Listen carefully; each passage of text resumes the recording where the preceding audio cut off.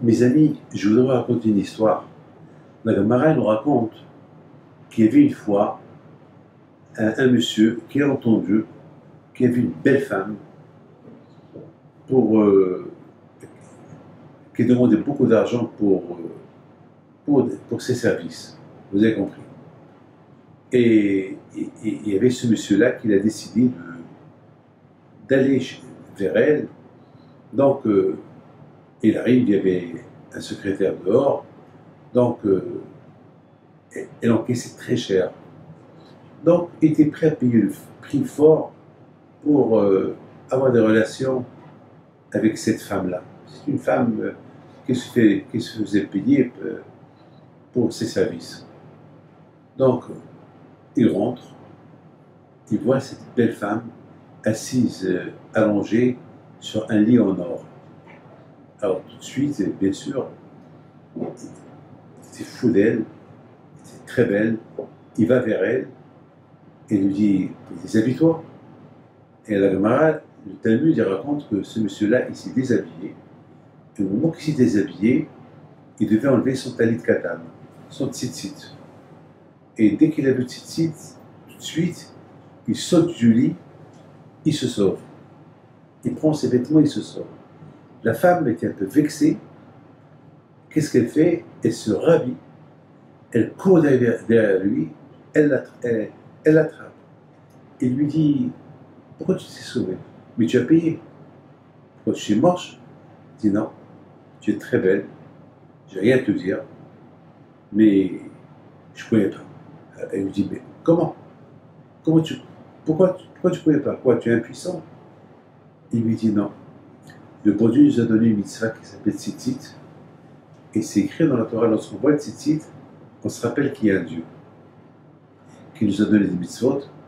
Puis je me suis rappelé que, en faisant ce péché avec toi, je vais perdre tous les mitzvot, et je ne sais même pas si un jour le bon Dieu va m'accepter. Alors, voilà, l'argent que je t'ai laissé, tu les prends, je ne veux pas en profiter, merci. Elle lui dit: tu es marié? Il lui dit: non, je ne suis pas marié. D'ailleurs, tu vois, je suis pas. Si j'étais marié, je ne serais pas allé chez toi. J'étais impuissant devant le Yitzhara. Bon, il est parti. Cette femme-là, qu'est-ce qu'elle fait? Elle prend tout ce qu'elle avait, elle vend, elle va chez le rabbin. Elle dit au rabbin: j'ai envie de me convertir au judaïsme. Le rabbin lui dit: pourquoi? Il dit: parce que je n'ai rien compris. Jusqu'à maintenant, je croyais qu'il n'y avait rien qui pouvait résister à la femme. Et je vois que la Torah, votre religion, c'est comme une muraille devant la faute. Et je pense que je ne veux pas rester ce que je suis, je veux devenir juif. À l'époque, il y a 2000 ans, les conversions se faisaient vite. Pas comme aujourd'hui, ça prend 1 an, 2 ans. À l'époque, les conversions se faisaient très très vite, très très vite. Peut-être quelques semaines, quelques jours. C'était pas. Le plus important, c'était ceux qui voulaient devenir juifs. Il allait chez le rabbin et ça allait très vite. À l'époque, les choses étaient honnêtes. C'est pas comme aujourd'hui, il y a des mariages par intérêt. Donc, le rabbin, il a donné une adresse, aller étudier la Torah chez un autre rabbin, et après une semaine, qu'elle vient chez lui pour la convertir. Et à un moment donné, elle vient chez lui une semaine plus tard, était prête à la conversion, il l'a convertie. Il lui dit: tu es marié? Elle lui dit: non, je ne suis pas marié. Alors, il lui dit: alors, j'ai un chidor pour toi.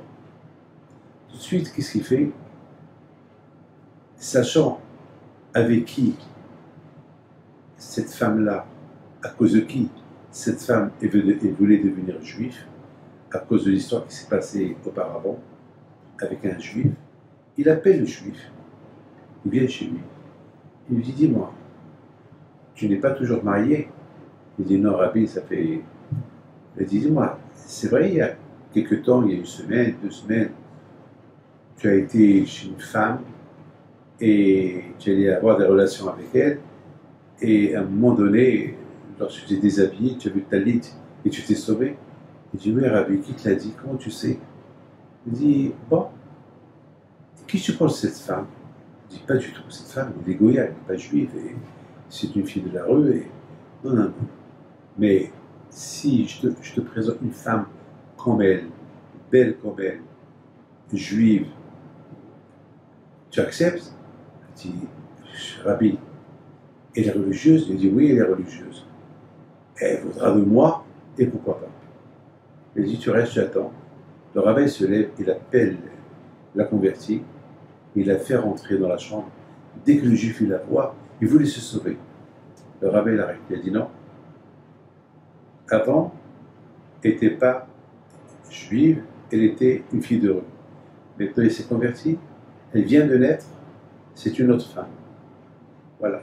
Tu n'as pas fait la faute avec elle pendant que le Yitzhak a été fort en toi. Maintenant, tu peux te marier avec elle, avec pureté et avec permission. Ramim me disent, ils sont mariés. Ramim me disent que lorsque quelqu'un il évite une faute, il lui apporte à la place de cette faute une mitzvah. Au lieu que la faute elle se fait par la faute, alors la fête elle devient une mitzvah et elle se fait comme mitzvah, comme cette femme-là.